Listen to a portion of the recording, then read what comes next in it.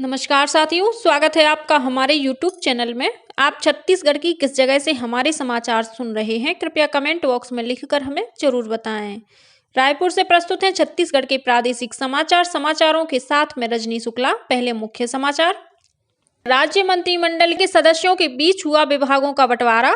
मुख्यमंत्री विष्णुदेव साय के पास सामान्य प्रशासन, खनिज, ऊर्जा, आबकारी और परिवहन विभाग का प्रभार। उप मुख्यमंत्री अरुण साव को लोक निर्माण और विजय शर्मा को गृह तथा ग्रामीण विकास का प्रभार सौंपा गया। ब्रजमोहन अग्रवाल को स्कूल शिक्षा, उच्च शिक्षा, रामविचार नेताम को कृषि, केदार कश्यप को वन और ओपी चौधरी को वित्त मंत्री का प्रभार दिया गया। और मुख्यमंत्री ने जसपुर जिले में करीब 111 करोड़ रुपए के विभिन्न विकास कार्यों का लोकार्पण और भूमि पूजन किया। अब समाचार विस्तार से। मुख्यमंत्री विष्णुदेव साय ने राज्य मंत्रिमंडल के विभिन्न मंत्रियों के बीच विभागों का बंटवारा कर दिया है। कल शाम मंत्रियों के प्रभार की सूची राज्यपाल के पास भेजी गई और राज्यपाल ने इस सूची पर हस्ताक्षर कर दिए हैं। इसके अनुसार मुख्यमंत्री विष्णुदेव साय के पास सामान्य प्रशासन, खनिज संसाधन, ऊर्जा, जनसंपर्क, आबकारी और परिवहन विभाग का प्रभार रहेगा। उप मुख्यमंत्री अरुण साव को लोक निर्माण, लोक स्वास्थ्य यांत्रिकी, विधि और विधायी तथा नगरीय प्रशासन विभाग का कार्यभार सौंपा गया है। वहीं उप मुख्यमंत्री विजय शर्मा को गृह, जेल, पंचायत और ग्रामीण विकास, तकनीकी शिक्षा, रोजगार के साथ विज्ञान और प्रौद्योगिकी विभाग का प्रभार सौंपा गया है। ब्रजमोहन अग्रवाल स्कूल शिक्षा, उच्च शिक्षा, संसदीय कार्य, धार्मिक न्यास, धर्मस्व, पर्यटन और संस्कृति मंत्री होंगे। वहीं रामविचार नेताम के पास आदिम जाति, अनुसूचित जाति, पिछड़ा वर्ग तथा अल्पसंख्यक विकास, कृषि विकास और किसान कल्याण मंत्रालय का प्रभार होगा। दयाल दास बघेल को खाद्य एवं नागरिक और उपभोक्ता संरक्षण मंत्री बनाया गया है।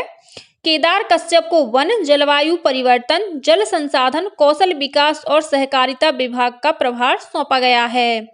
लखनलाल देवांगन वाणिज्य, उद्योग और श्रम मंत्री होंगे। श्याम बिहारी जायसवाल को लोक स्वास्थ्य, परिवार कल्याण, चिकित्सा शिक्षा मंत्री बनाया गया है।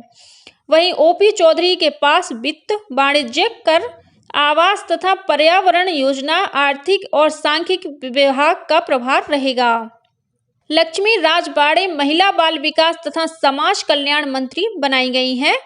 वहीं टंकराम वर्मा को खेल कूद, युवा कल्याण, राजस्व विभाग का प्रभार सौंपा गया है।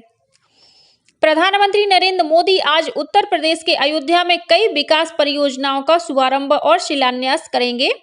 वे पुनर्विकसित अयोध्या रेलवे स्टेशन का उद्घाटन करेंगे तथा नई अमृत भारत और वंदे भारत रेलगाड़ियों को हरी झंडी दिखाकर रवाना करेंगे। प्रधानमंत्री कई अन्य रेलवे परियोजनाओं का भी लोकार्पण करेंगे। रेल मंत्री अश्वनी वैष्णव भी अयोध्या धाम रेलवे स्टेशन पर आयोजित समारोह में उपस्थित रहेंगे। प्रधानमंत्री अयोध्या में जनसभा को संबोधित करेंगे, जहां वे 15,700 करोड़ रुपए से अधिक की विकास परियोजनाओं का उद्घाटन करेंगे और आधारशिला रखेंगे। मुख्यमंत्री विष्णुदेव साय ने जसपुर जिले में करीब 111 करोड़ रुपए के विभिन्न विकास कार्यों का लोकार्पण और भूमि पूजन किया। इनमें पत्थलगांव, जसपुर और कुनकुरी विधानसभा क्षेत्र के 182 निर्माण कार्य शामिल हैं। वहीं मुख्यमंत्री जसपुर प्रवास के दौरान सोगड़ा आश्रम पहुंचे, जहां उन्होंने मां काली की पूजा अर्चना कर प्रदेशवासियों की सुख, समृद्धि और खुशहाली की कामना की। मुख्यमंत्री श्री साय ने भगवान राम की प्रतिमा के दर्शन किए। इसके साथ ही सोगड़ा आश्रम के उत्तराधिकारी औघड़ संभव राम गुरुपद से मुलाकात कर उनका आशीर्वाद लिया। इससे पहले श्री साय मुख्यमंत्री बनाए जाने के बाद पहली बार अपने गृह जिले जसपुर के विभिन्न गांवों में पहुंचे।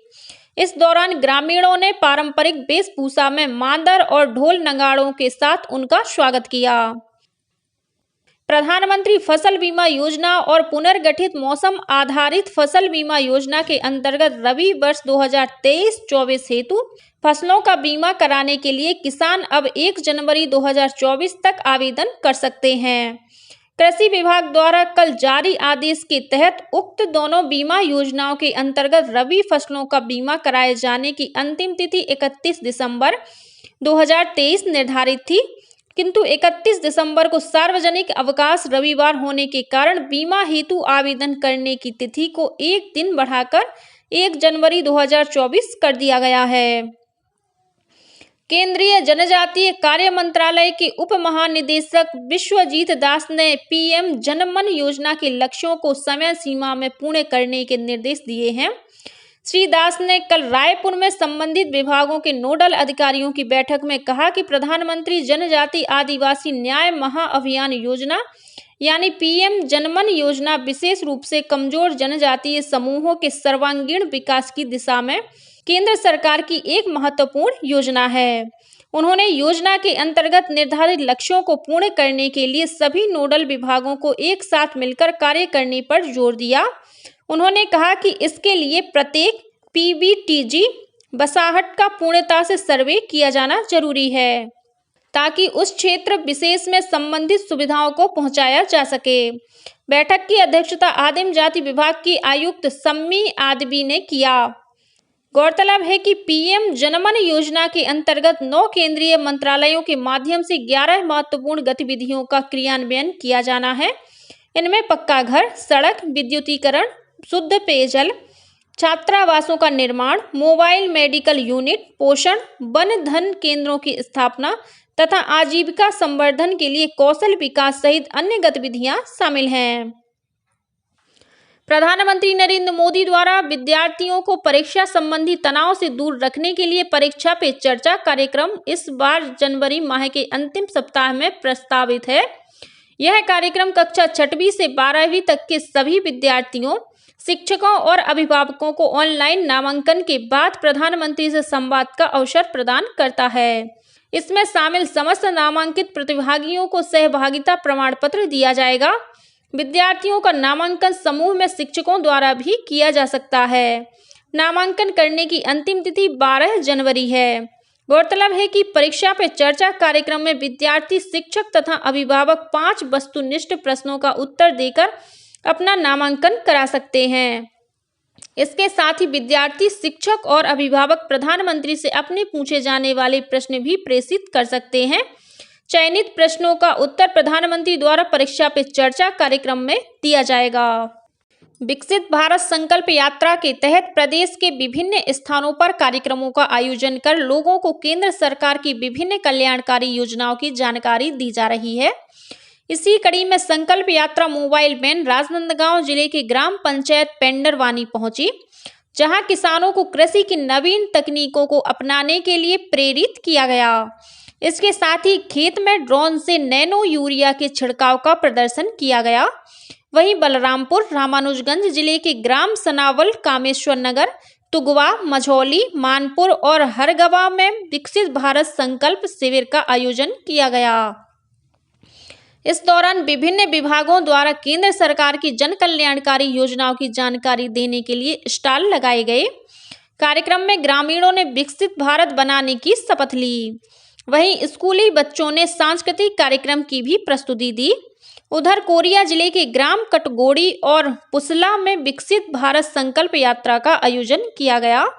इस दौरान जिला पंचायत के मुख्य कार्यपालन अधिकारी डॉक्टर आशुतोष चतुर्वेदी ने कहा कि जिले के प्रत्येक नागरिक की जिम्मेदारी है कि भारत को एक विकसित देश बनाने में सहयोग करें। इसी तरह नारायणपुर जिले की ग्राम पंचायत बागबेड़ा, राजपुर, कंदारी और चांदा गांव में कल विकसित भारत संकल्प यात्रा का आयोजन किया गया। शिविर में हितग्राहियों से उज्ज्वला योजना, प्रधानमंत्री किसान सम्मान निधि, जीवन ज्योति बीमा सहित विभिन्न योजनाओं के लिए आवेदन लिए गए। वहीं लोगों को आयुष्मान कार्ड भी जारी किया गया। गृह विभाग के प्रमुख सचिव मनोज कुमार पिंगुआ ने कल जगदलपुर में बैठक लेकर बस्तर संभाग के सभी जिलों में कानून व्यवस्था की स्थिति की समीक्षा की। बैठक में उन्होंने नक्सल विरोधी अभियान के साथ ही अपराधों की रोकथाम, प्रतिबंधात्मक कार्रवाई और पुलिस से संबंधित विषयों पर चर्चा की। श्री पिंगुआ ने अधिकारियों को कानून व्यवस्था और बुनियादी पुलिसिंग के संबंध में दिए गए दिशा निर्देशों का कड़ाई से पालन करने के निर्देश दिए।